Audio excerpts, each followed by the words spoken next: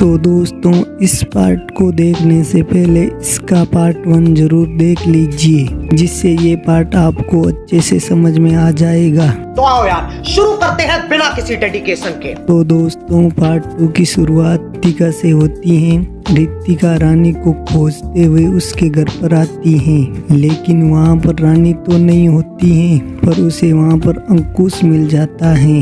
और यहाँ पर अंकुश रितिका को घर में बुलाकर चाय के लिए कहता है और फिर वे दोनों किचन में बैठकर चाय बनाने लगते हैं। इसी बीच अंकुश मौका देख रितिका की काफी तारीफ करने लगता है और रितिका पर लाइन मारने लगता है और उसे काफी खूबसूरत बोलता है। ये बात रितिका को भी पसंद आती है और वो शर्मा के वहाँ से भाग जाती है। इसीलिए अंकुश कुछ समझ नहीं पाता है और वो सोचने लगता है कि उसका जादू चल गया है और रितिका पर उसका जादू चला है या नहीं, इसका जवाब तो कहानी के आगे ही पता चलेगा। और कहानी के आगे हम रितिका को अपने घर में देखते हैं और वो अंकुश की मीठी मीठी बातें सोचकर उसका सपना देख रही होती हैं और वो सपने में ही अंकुश के साथ सीन बनाने लगती हैं, जो बहुत ही बढ़िया होता है। और यहाँ पर रितिका सपने में ही खुश हो जाती हैं। और यहाँ से कहानी के अगले दिन रानी क्लास में अपने स्टूडेंट को रात के कुछ नए तरीके बता रही होती हैं और सभी को आंखें बंद करके उन्हें सपने में सब करने को कहती हैं। तभी वहाँ पर मुकेश अपने दोस्तों के साथ वहाँ पर आता है और वहाँ पर रानी को धमकाते हुए कहता है कि तुम ये सब कर रही हो ना, ये सब गलत कर रही हो और इन लड़कियों को भी खराब कर रही हो, इसीलिए तुम ये सब बंद नहीं करोगी तो मैं तुम्हें पुलिस के हवाले कर दूंगा।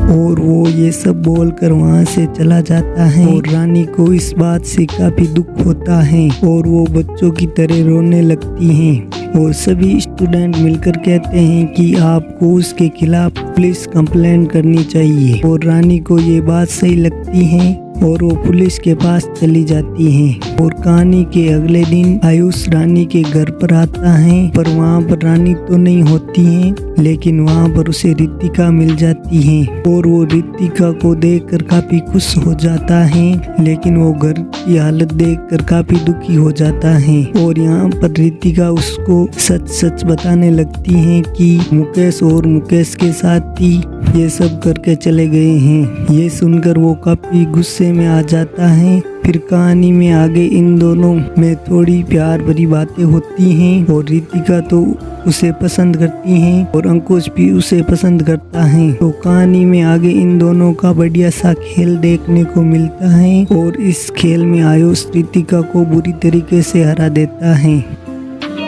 समझ रहे हो? समझ रहे हो आप? समझ रहे हो ना? और ये खेल खत्म होने ही वाला होता है, तभी वहाँ पर रानी आ जाती है और रानी को घर में आता देख रितिका छुप जाती है और रानी अपने घर में आयुष को देखकर बहुत खुश हो जाती है और वो मुकेश और उसके साथियों ने जो किया उसे बताने लगती है। और ये सुनकर आयुष भी उसे विश्वास दिलाता है कि मैं हूं ना तुम्हारे साथ और आगे से वो तुम्हें परेशान नहीं करेगा। और ये सुनकर रानी काफी खुश हो जाती है और वो उसके गले लग जाती है। तभी उसको आयुष से रितिका की खुशबू आती है और वो उसे पूछने लगती है। तब आयुष वहाँ पर बहाना बनाने लगता है, लेकिन रानी को कहीं ना कहीं आयुष पर शक होने लगता है। और अब क्या रानी को आयुष और रितिका के बारे में पता चलेगा या नहीं, इसका जवाब तो हमें कहानी के आगे ही मिलेगा। फिर कहानी के अगले दिन हम मुकेश और निया का छोटा सा सीन देखने को मिलता है, जहाँ पर निया की मर्जी नहीं होती है, फिर भी मुकेश निया के साथ कबड्डी खेलता है और निया को हरा देता है। फिर यहाँ से कहानी के अगले दिन रितिका आयुष से मिलकर उसे सच सच बताने लगती है और यहाँ पर हमें छोटा सा फ्लैशबैक दिखाया जाता है, जहाँ रितिका और रानी एक साथ बातें कर रहे होते हैं। और रानी यहाँ पर रितिका से कहती है कि तुम्हारा और आयुष का अफेयर चल रहा है और रानी ये भी कहती है कि मैंने तुम्हें अपनी आंखों से देखा है आयुष के साथ। और ये सुनकर रितिका काफी घबरा जाती हैं। रानी कहती हैं कि घबराओ मत, मैं तो ये जानना चाहती हूँ कि मैं ऐसा क्या था तो मुझ में नहीं था। रितिका रानी को समझाते हुए कहती हैं कि तुम जिस तरह से उसके साथ तुम क्लास में सिखाती हो ये सब गलत है। प्यार ऐसे नहीं होता है, प्यार बस फीलिंग होती है। तुम उसे तुम्हारी फीलिंग दिखाओ, वो तुम्हारी तरफ भागता हुआ आएगा। आगे वो आयुष से कहती हैं कि तुम्हें रानी बहुत प्यार करती है, तुम्हें उसे एक मौका देना चाहिए।